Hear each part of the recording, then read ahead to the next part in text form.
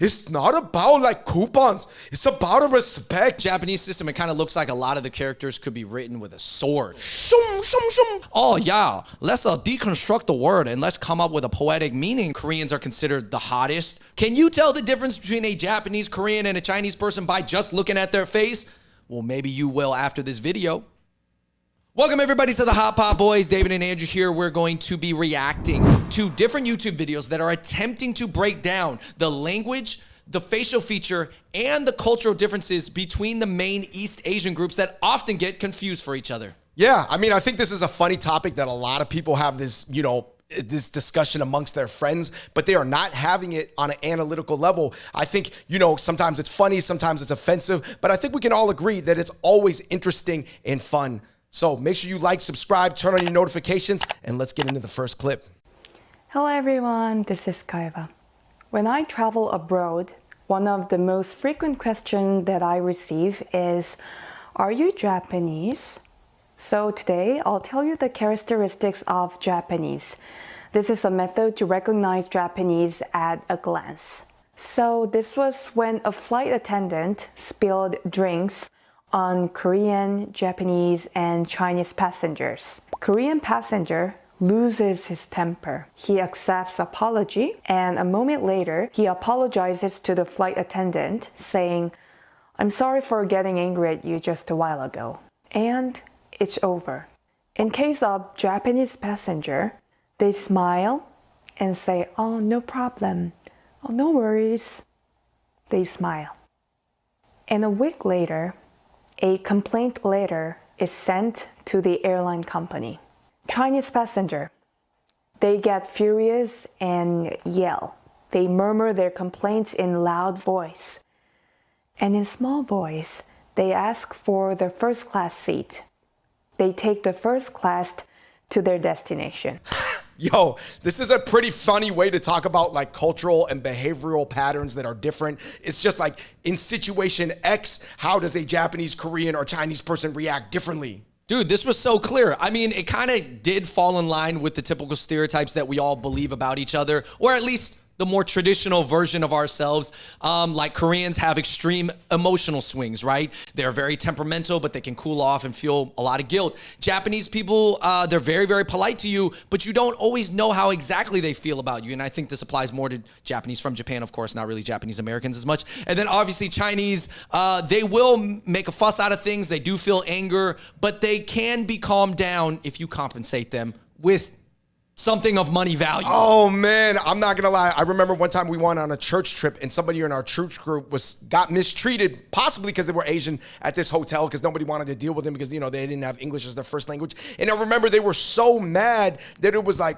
pretty much kind of racist or prejudice against them. But then the manager came through with like 5 buffet coupons that was worth like a $125, and it was just like all good.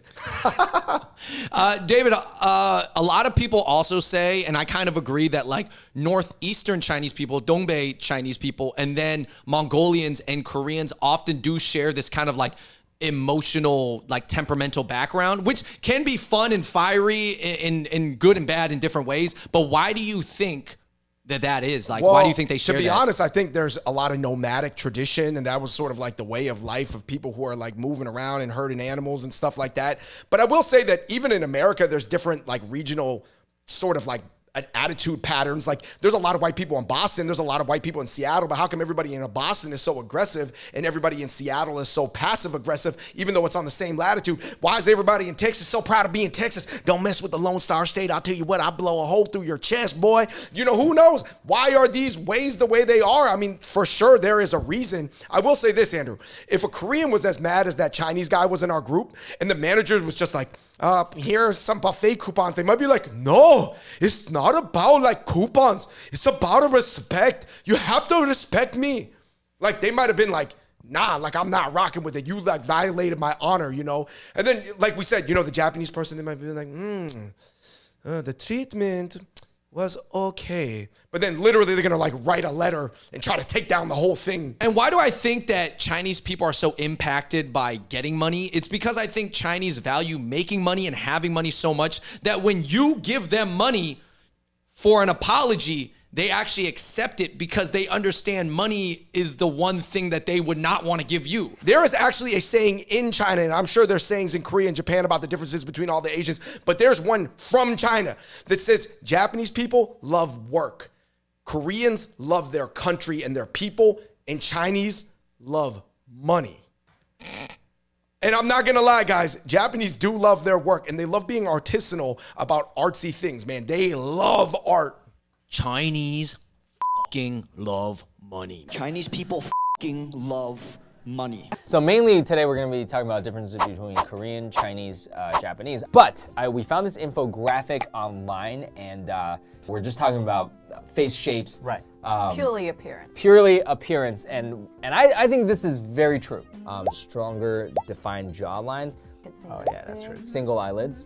Kind of pouty lips. Yeah. Yeah. That's what they like, a very like pouty, small lip. And also the eyebrows. I find a lot of Koreans, they like the big, straight, prominent eyebrows. And you see a lot of celebrities go for that look as well. Whereas Chinese, I think it's not as pronounced. Yep. It's subtle Yep. because they're very fair. Whereas Chinese, Yep. you do have a split. I Yeah, find definitely. a lot of them, when I went to Japan, their teeth, Oh yeah. Yeah. it's almost always crooked.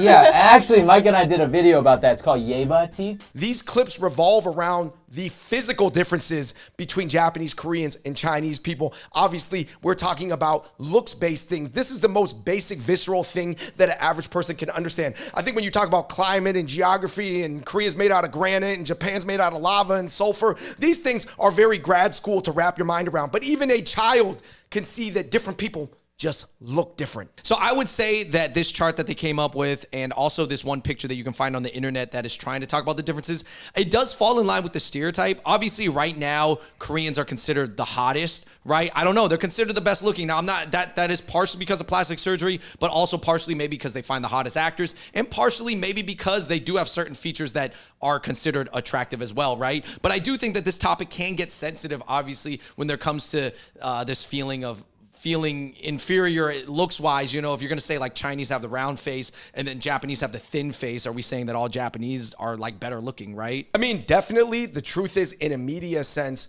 Japan, and now more recently in the past like 15 years, Korea has had like a way more soft power looks advantage over Chinese people. And the truth is, Chinese people are the most populous people on earth. They're mixed with like 100 different tribes. So there's incredible variability in the way they could look. And they don't care about looks as much culturally. Like we said earlier, tend to more just care about money and just like accomplishments rather than sort of like, this whole package type thing. And I just think that that creates the perception that Chinese people are not as good looking on an average basis. And whether that's true or not, the situation's completely different, like we said, because Korea, oftentimes, Andrew, is theorized to come from one tribe of Yayoi people. Literally, one tribe created Korea. Japan is primarily comprised of 3 tribes of people, sort of like a Southeast Asian Guamanian, Okinawan look, sort of like an Asian-y look, and almost Ainu that almost look like kind of part Western, like Russian-y from Japan. You know what I mean? So it's like China is literally made up of like 100 different tribes. So you're just going to see like every look. Yeah, I think most Asians that you meet in your life are going to be Chinese. So you're going to meet some very attractive ones and then maybe some not as attractive. And I don't think Chinese value looks as much because I think the whole wave of Korean media would push people to kind of think about it more. Plus, they're also running the beauty skincare product game. So obviously they care about looks the most. So if you grow up as a kid caring about your looks more than another kid, what are the chances that you grow up to become a little bit better looking? I guess it makes some sense. Yeah, I mean, wherever you put your focus in your work is where you see the progress. I will say there's something that's really interesting about China is that a lot of Chinese people in the Guangdong region, they can be mixed with Tai Kadai or Southeast Asian. In the Western region, they could almost be mixed with like Arabic or Indian people. In the Northern region, they could be mixed with like Mongolian, Turkish. There's so many different looks in China, you wouldn't believe it. However, for the longest time, Andrew, it was mostly people from Southern China immigrating to America for like 100 or 200 years. So really now you're starting to meet all these people from all these crazy regions that are mixed with like all these different things, but they're all Chinese. All right, you guys, now we are getting into the language section, both on a spoken and written level. There's a way you can tell Asians apart from other Asians. It's by their accent, and only if they have accents. 안녕하세요. 안녕, 나는 한국에 사는 희재. 안녕, 나는 중국에서 온 제인. 안녕, 나는 일본에서 온 꽃동아. 한국 구찌. 일본 구찌. 더 귀엽네. 중국은 고치. 구찌. 거의 비슷해요. 거의 비슷해요. 네. 중국이 혀를 많이 쓰는 것 같아요. 네, 맞아. 이게 발음이 이게 꼬여서 이제 하는 발음이 있어요. 한국은 마이클 잭슨. 일본은 마이케ル잭슨. 마이클 마이케ル잭슨. 중국은 마이클 제크신.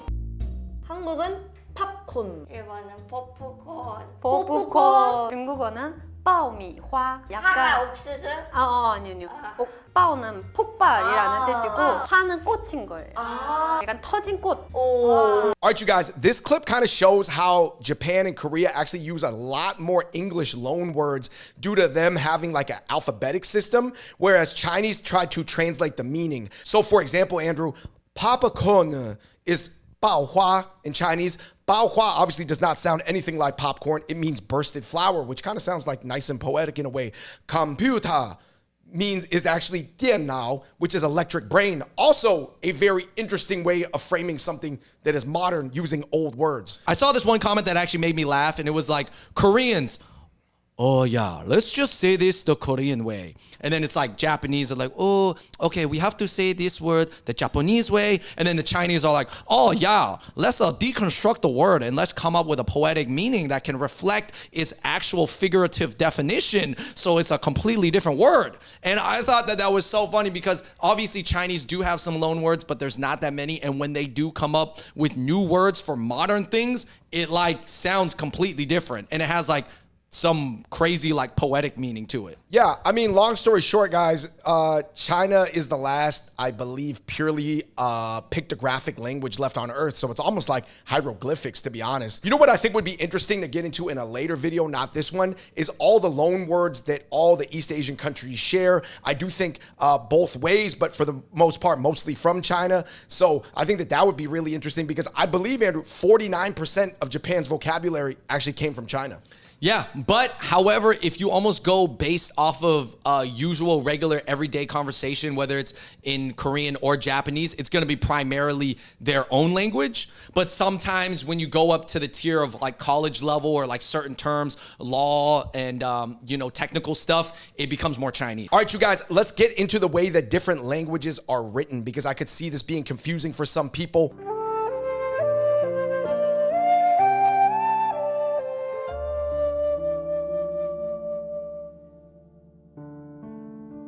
Boom, as you can see, Korean language uses a lot of circles and angles. It almost looks like, in a weird way, maybe you're trying to draw little robot faces. Or crop circles. Or crop circles, yes. Japanese looks like almost kind of hipster and artistic because it's got a mixture of rigid characters, Chinese characters, the kanji in there, as well as the katakana and the hiragana. So you got all types of stuff going on in the Japanese system. Yeah, I think the Japanese system, it kind of looks like a lot of the characters could be written with a sword, like a samurai sword. Shum, shum, shum, Bushido blade. Anyway, and last but not least, Andrew, especially the traditional Chinese characters, they look hyper complex and they just look like little game characters or little maps or little photographs or little paintings. Or like Alien Invaders, that video game. Yeah, they could look like they're shooting lasers. All right, you guys, that was actually a pretty fun like 101 class. I think you can really get into the food. Do Koreans like kimchi the most? Obviously they do.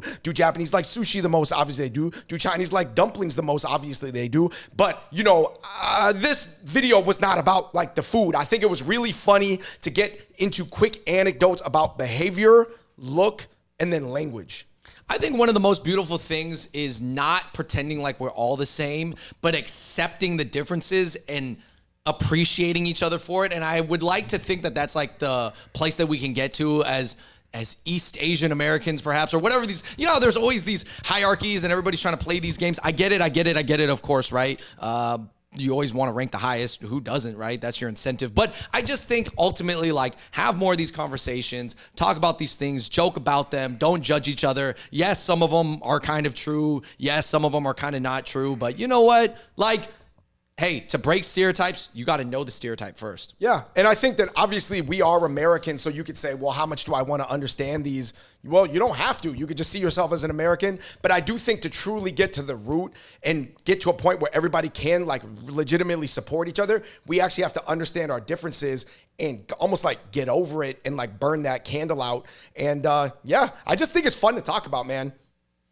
All right, everybody, we're going to leave it right there. Please let us know in the comments down below. I'm sure there's going to be a lot of comments, a lot of research comments, probably going to throw some statistics out there. There's going to be some nationalistic comments. Always, I find them entertaining. So please let us know in the comments down below what you think about these differences. What are some other ways that you would describe the difference between Japanese, Chinese, and Korean people? Hit that like button, click subscribe, and check out other episodes of the Hot Pot Boys. And until next time, we out. Peace.